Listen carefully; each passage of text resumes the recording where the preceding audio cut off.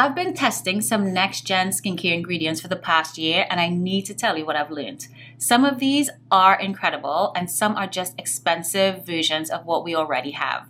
Let's talk about the difference. Hi, I'm Karen Kelly, skin therapist, master instructor, wellness enthusiast, and professional overthinker who decided to journal publicly. Every week on my blog, I explore everything from skincare and science to travel, life, mindset, and the messy middle of finding your voice. This channel is where those thoughts come to life, so grab your tea, get comfortable, and let's talk about what's actually worth your money when it comes to next-gen skincare. The industry is flooded with revolutionary ingredients right now, and I get to see them before they hit the market. Some are genuinely game-changing, others are just expensive repackaging, and today we're breaking down what deserves your attention and what's just really compelling marketing. Okay, let's talk exosomes. If you haven't heard of them yet, you will, because the science behind them is genuinely fascinating, even if the topical skincare side application is still catching up. So what are exosomes? These are tiny microscopic vesicles, think of them as bubbles, and they carry biological instructions between the cells.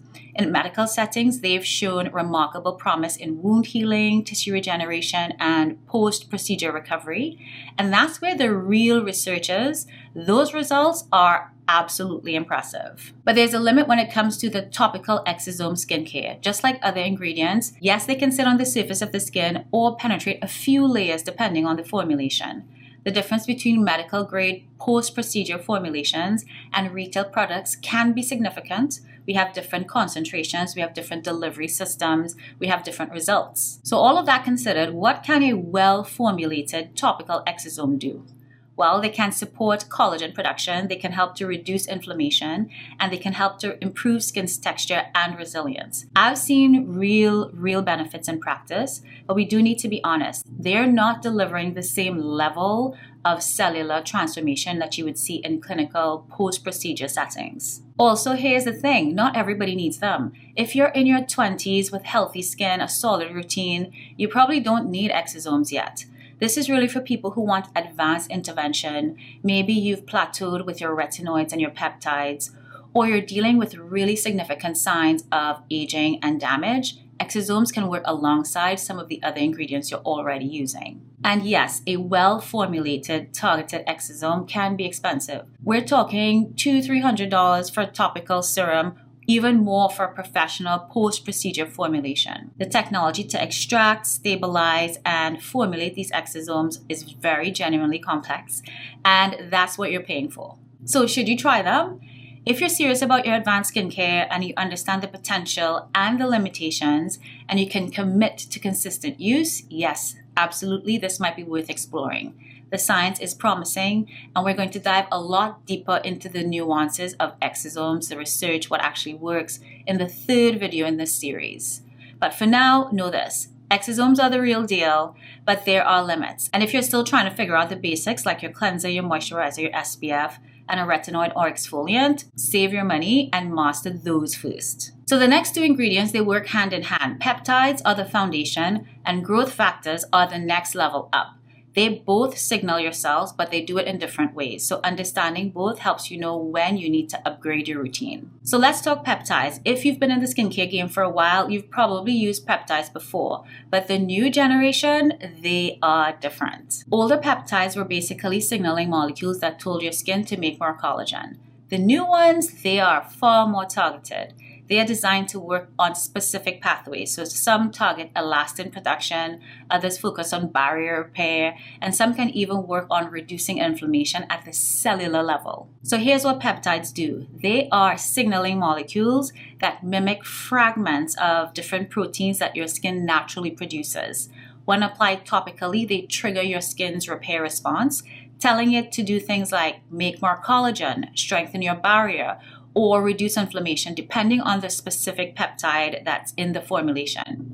So you can think of them as broad messengers that stimulate your skin to make more of what it naturally needs rather than directed to precise cellular instructions. So what can you realistically expect? Improved firmness over time, better skin structure, better skin texture, enhanced resilience.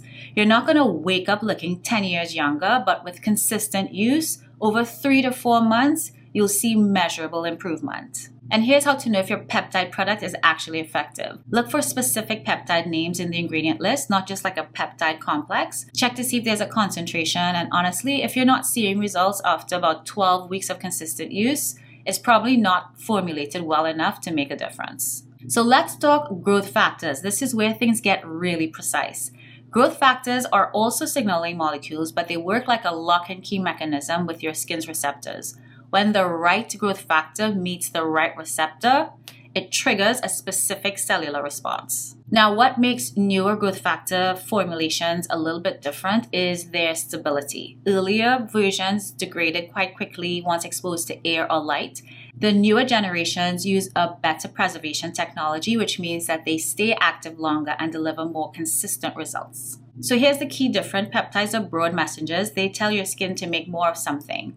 Growth factors are precise directors. They tell your skin exactly how to function, when to repair, and when to regenerate.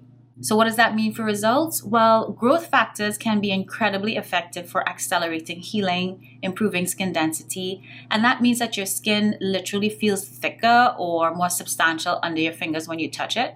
It can also address very significant signs of premature aging. They deliver a lot more targeted intervention than peptides alone.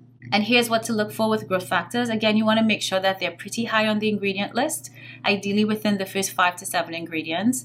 And like peptides, the formulation quality really matters. If you're not seeing visible improvements in texture and resilience after about 8 to 12 weeks, the product either isn't concentrated enough or it's not penetrating effectively. So let's be very clear with stem cells. This is where a lot of the confusion comes in. You're not actually applying living stem cells to your skin. What you're getting are growth factors, peptides, proteins, and maybe antioxidants derived from plant or human stem cell cultures, which are beneficial compounds produced, but they're not the cells themselves. What can they do? Growth factors can signal cellular behavior. Peptides can help this body produce more collagen. Proteins support the barrier function, and antioxidants protect against environmental damage. These are real beneficial effects. But the marketing does go off the rails with stem cells sometimes. The label implies that these products do something uniquely transformative other than what other serums can't do, and that's absolutely not true. They're working through the same exact pathways, not delivering some special stem cell magic that reverses aging beyond what these other ingredients already do. So are they worth it? If you find a stem cell product with solid ingredient list, good concentration of actives, and it fits your budget, yes, it can be effective, but you're likely getting the same benefits of a well-formulated peptide or growth factor serum with quality antioxidants without the stem cell branding, often at a lower price. You're paying for solid ingredients with a very compelling story attached, but the story suggests exclusivity that actually does not exist. Okay, so some hard truths before you go out and you spend hundreds of dollars on a next-gen skincare. These are the things that you have to ask yourself. First, do you have the basics down? I'm talking a cleanser, a moisturizer, an SPF, an exfoliant, or a retinoid. If you're not consistently doing these things, advanced ingredients would not fix that gap. You can't skip the fundamentals and expect Exosomes to save you. Second, what specific concern are you addressing? It can be aging in general. It can be, bad skin. What exact issue are you trying to solve? Is it fine lines around the eyes? Is it loss of firmness? Is it texture? If you can't name it, then you're not ready to invest in it. Third, and this is a hard one, are you buying because you understand what the ingredient does or because you're afraid of aging? Fear is a marketing strategy, so understanding is your power. Know the difference. Fourth, can you commit to 3 to 4 months of consistent use? These ingredients work over time, so if you're going to try it for 3 weeks and get bored, or move on to the next thing, save your money. Don't buy based on excitement, buy based on the reality of your own habits. And finally, is it serving your goals or is it just feeding the algorithm? If you saw it on TikTok and felt immediate FOMO, pause. That's not intuition, that's marketing doing its job. Here's the reality of my work. As a master instructor who leads innovation launches, I test and use a variety of different ingredients in different formulations all the time. One, because I need to be able to speak to the products and formulations with authority, and when communicating the benefits, ingredients, results, and clinicals to both consumers and professionals. And 2, I do it out of genuine curiosity. I love what I do, and the professionals that I educate are looking for real answers about which specific products and ingredients are right for their specific business and their specific clientele. Right now in my routine, I use different formulations at different price points. Some are in the premium range, others are more affordable. I use them side by side. The $250 one, genuinely impressive. The $60 one, also genuinely effective for what it was designed to do. So the difference wasn't that one worked and one didn't work. It really is the level of intervention I need at any particular moment. The best routine isn't the most expensive one that you can afford. It's the one built on understanding what your skin actually needs and not fear. And that's what I want for you. So let's go through some practical guidance. Who should try what? So if you're new to active skincare, start with the fundamentals. Get your cleanser, your moisturizer, your SPF, and a basic either retinoid or exfoliant working consistently before you even think of next-gen ingredients. You want to master the basics first. They will do way more for your skin than just jumping straight to Exosomes ever will. If you have a solid routine, now we're talking upgrades. If you've been using retinoids and vitamin C consistently, now you're ready for the next level. Start with peptides. They are a natural progression. If you're seeing good results but you want to push further, consider growth factors. And if you're dealing with significant aging concerns and you've already plateaued with everything else, that's where exosomes become worth exploring. If you're targeting specific concerns, match the ingredient to the issue. For lines and firmness, peptides and growth factors are your go-to. For inflammation and healing, look at growth factors or exosomes. And for texture or resilience, advanced peptides work beautifully. Don't buy an ingredient because it sounds impressive. Buy it because it addresses your specific concern. If you're on a budget, honestly, some things are worth saving for, and some have an excellent alternative. Advanced peptides, great affordable options exist. Growth factors, they're a bit mid-range. They can be quite effective. Exosomes, this is where you might want to save up if you're really serious about trying them, because the formulation quality really matters. Stem cell products, skip the premium versions and just get a solid peptide serum with antioxidants instead. You'll get the same results. So here's what I want you to take away. Knowledge is the most important skincare ingredient you'll ever use. Not hype, not fear, knowledge, and now you have it.